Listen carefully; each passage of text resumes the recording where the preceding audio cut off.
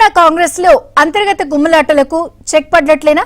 మీనాక్షి నటరాజన్తో భేటీ అయిన నేతలు ఏం చెప్పుకున్నారు? నేతలకు ఆమె ఏం చెప్పారు? హైదరాబాద్ ఎమ్మెల్యే క్వార్టర్స్ లో జరిగిన వరుస భేటీలతో సమస్యలు సమసిపోయినట్లేనా?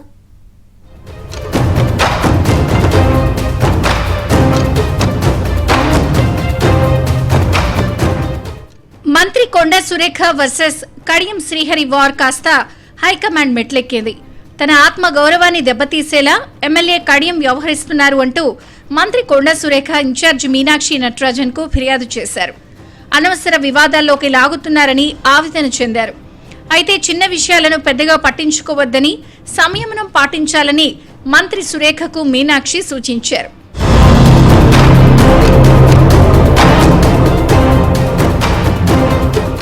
ఖమ్మం పాలిటిక్స్ కూడా వేడెక్కాయి. ఇన్ఛార్జి మీనాక్షితో ఎంపీ రేణుకా చౌదరి, రఘురాం రెడ్డి భేటీ అయ్యారు. పార్టీ మేల్కోకపోతే బీజేపీ, బీఆర్ఎస్ పుంజుకుంటాయని రేణుకా హెచ్చరించారు. ఏదో ఒక టీవీ న్యూస్ ఇవాళ బయటకు వచ్చింది, నేను మా సిపిఐ ఎమ్మెల్యే సాంబశివరావు గారి మీద ఏదో కంప్లైంట్ ఇచ్చానని. పూర్తిగా తప్పు ఖండిస్తున్నాను. మేము పోయింది కాంగ్రెస్ పార్టీ గురించి మాట్లాడటానికి కాదు, మా కాంగ్రెస్ ఇన్ఛార్జ్ సిపిఐ గురించి చెప్పడానికి కాదు. వాళ్ళు మేము కలిసి ఉన్నాము ప్రభుత్వంలో. ఇవాళ పూర్తి స్థాయిగా ఎస్ఐఆర్ గురించి plus Congress progress report madam గారికి ఇచ్చామన్నమాట. మరోవైపు తుంగతుర్తి గొడవపై ఎంపీ చామల కిరణ్ కుమార్ రెడ్డితో మీనాక్షి ఆరా తీశారు. పార్టీ అంతర్గత విషయాలను సోషల్ మీడియాలో కాకుండా సొంత ప్లాట్ఫామ్లలోనే చర్చించుకోవాలని స్పష్టం చేశారు. ఎలాంటి గొడవలు జరగకుండా చూసుకోవాలని దిశానిర్దేశం చేశారు. పార్టీ చేస్తున్నటువంటి కార్యక్రమాలలో మా పార్టిసిపేషన్ మీద కానీ ఈరోజు తెలుసుకునే ప్రయత్నం మీనాక్షి నటరాజన్ గారు చేసిరు. అందుకనే మమ్మల్ని అందరినీ పిలిచి మా యొక్క యాక్టివిటీస్ అన్నిటి వివరాలు తెలుసుకోవడం జరిగింది.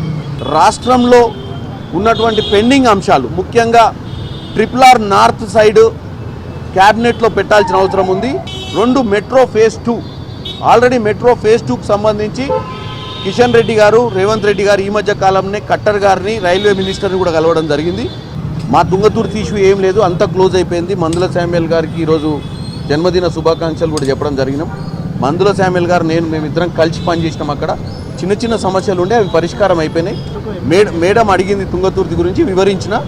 ఏదన్నా ఉంటే చర్చ చేసుకోండి, ఎక్కువ బయట కార్యకర్తలతో కూడా క్లోజ్ డోర్లలో మీటింగ్ పెట్టుకోమని చెప్పడం జరిగింది. యూత్ కాంగ్రెస్ వివాదం కూడా చర్చకొచ్చింది. మీనాక్షి నటరాజన్ ను కలిసిన యూత్ కాంగ్రెస్ అధ్యక్షుడు జక్కిడి శివచరణ్ రెడ్డికి నిరాశ తప్పలేదు. ఆయన చేసిన కొన్ని వ్యాఖ్యలపై మీనాక్షి తీవ్ర ఆగ్రహం వ్యక్తం చేశారు. యాదవులను కించపరిచే ఉద్దేశం తనకు లేదని శివచరణ్ రెడ్డి వివరణ ఇచ్చుకుంటూ జరిగిన దానికి క్షమాపణలు చెప్పారు. ఇన్ని వివాదాలు ఏమీ లేని దాని దగ్గర ఏదో ఉన్నట్టు మీరు చూపించి, అసలు నేను ఏమన్నానో అసలు ఏమీ అనకుండానే ఏదో అనేసినాము, కులాన్ని ఏమన్నా, ఎక్కడ కూడా కులాన్ని అన్నది లేదు అంటే చూపించండి. అంతేగాని ఇట్లా లేనిపోని రాతలు రాసుకుంటూ ఏదో అంటున్నాడు అధ్యక్షుడే, అది ఇట్లా అంటున్నాడు అట్లా అంటున్నాడు మాత్రం పార్టీని కించపరిచే విధంగా, కాంగ్రెస్ పార్టీని కించపరిచే విధంగా ఇటువంటి కథనాలు కూడా ప్రసారం చేయడం అనేది పార్టీకి డ్యామేజ్ జరుగుతుంది. ఎవరైనా, ఏ కుల సంఘమైనా, ఏ కులానికి చెందిన వ్యక్తికైనా మీ మనోభావాలు దెబ్బతింటుంటే మీ అందరి ఆత్మాభిమానం కాపాడడం కోసము జక్కిడి శివచరణ్ నేను బేషరతుగా మనస్ఫూర్తిగా క్షమాపణ చెప్తున్నాను. మేము ఎప్పుడు కూడా ఎవరికి కూడా వ్యతిరేకం కాదు. ఇక పాలకుర్తి పంచాయతీ పీసీసీ చీఫ్ మహేష్ కుమార్ గౌడ్ వద్దకు చేరింది. టీపీసీసీ వైస్ ప్రెసిడెంట్ ఝాన్సీ రెడ్డిపై స్థానిక నేతలు ఫిర్యాదు చేశారు.